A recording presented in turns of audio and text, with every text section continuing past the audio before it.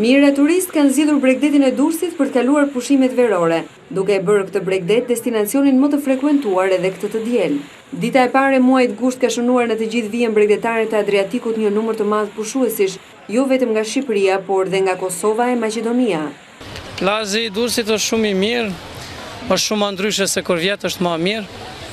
Kështu që na vim nga Islanda dhe shumë larg jemi, kemi ardhur. Kështu na pëlqen, jam me familje shumë. Sa do qëndroni? Do qëndrojmë edhe një javë gati. Do riktheni prapë?